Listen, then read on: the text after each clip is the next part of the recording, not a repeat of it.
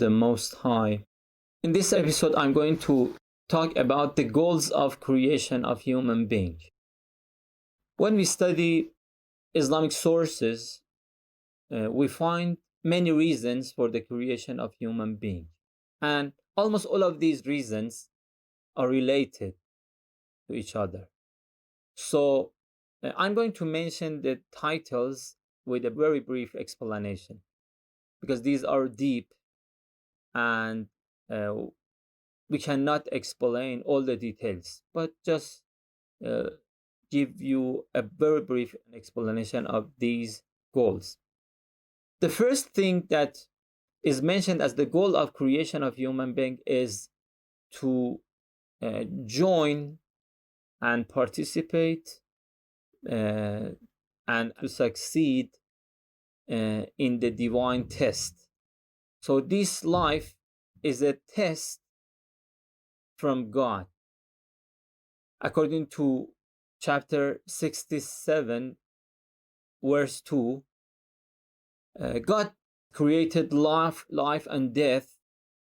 As a result, God wants to see how we behave in this life. So the most successful person is the person who is the best in his action and his behavior and his treatment with others. So the next goal of life, according to Islamic teachings, is to apply intellect. It is very interesting. Not only there is no contradiction between faith and reason in Islam, but also intellect is the base and basic element of faith. So it is not accepted to believe in God if you just follow the others, if you just imitate the others. So you have to believe in God by your own understanding and by your own reasoning. This is something that is said by the scholars.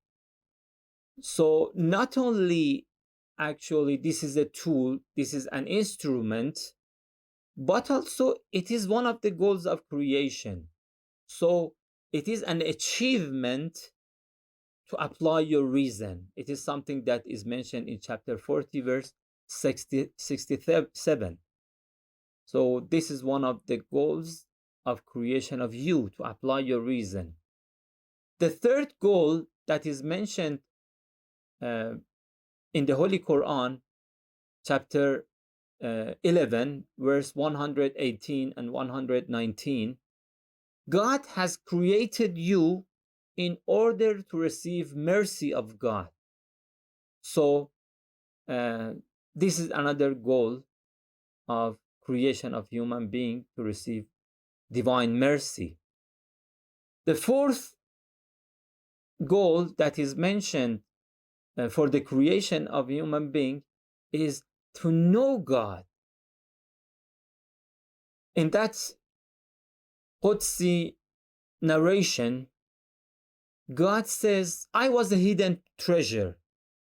Therefore, I created human being in order to be known by human being.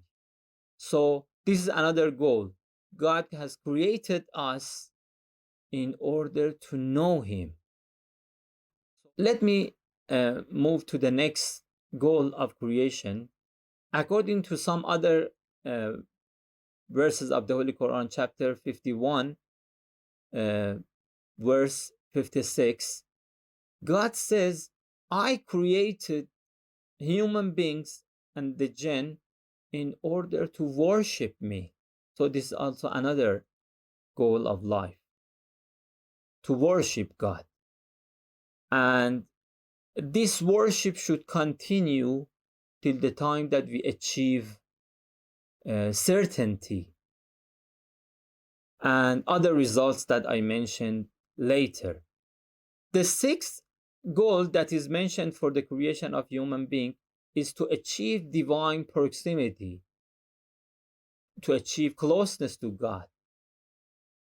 Let me explain this closeness, because it is somehow very important, at the same time a little bit difficult. God is not sitting somewhere, because God has no physical aspect. God is everywhere. God is inside us. God is outside us. God is everywhere. This is why we cannot become close to God by walking toward God. Okay? As a result, we're going to achieve closeness to God through two possible ways. As long as we follow the teachings of God, we are closer to what God wants from us. As a result, we are closer to God. This is one way. The other very important way is to become similar to God. God has many beautiful attributes, characteristics. The attributes of God are of two types. One of the types of attributes of God are those who are limited to God. For example, God is creator. We are not able to be creator. But the other types of attributes of God are those attributes that we are able to achieve or strengthen in ourselves. For example, God has knowledge. God has power. We are able to gain knowledge and power. God is generous. We are able to be or to become generous. So this second type of attributes of God, as long as we strengthen in ourselves more, we are closer, we are more similar to the attributes of God, and we achieve higher level of divine proximity. And let me move from this goal to the next one, which is human perfection. Human perfection is another goal of the creation of human beings.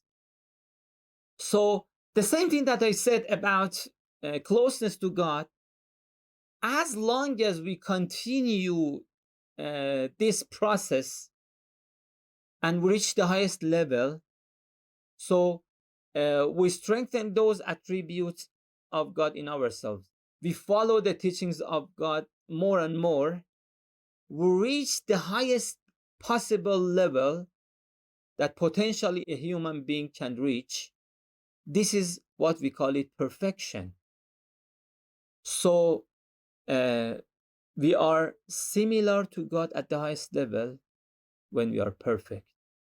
We follow the teachings of God at the highest level. We are considered to be a perfect human being. And let me move to the last one. Actually, that is very important goal. Probably this is the result of previous goals as well. When God created Adam, God said that I'm going to create my successor and vicegerent on earth. So Adam, our ancestor, our father, was the successor of God on earth. So human being is able to become successor, because those prophets of God are our role models. We are able to become similar to them. As a result, we are able to become similar to God when we follow all previous instructions. This is something that inevitably happens when we enter the paradise. So after death and after the day of judgment, a believer who enters paradise can have whatever he or she wishes. So according to the Holy Quran, whenever he wants something to be, it will be. This is exactly similar to the action of God. God, whatever, whenever, and wherever wants to be, it will be. So this is something that inevitably will happen after death and in the heavens, in the paradise. However, we are able to achieve it even in this life. Even in this life, we can achieve this high position. This is why prophets such as Jesus Christ could give life to the dead body, could revive the dead body. Why? Because they have reached that level, and all of us are able to achieve that level. It is up to us. As long as we strengthen our metaphysical aspect and weaken our physical and material aspect, we are closer to that high position.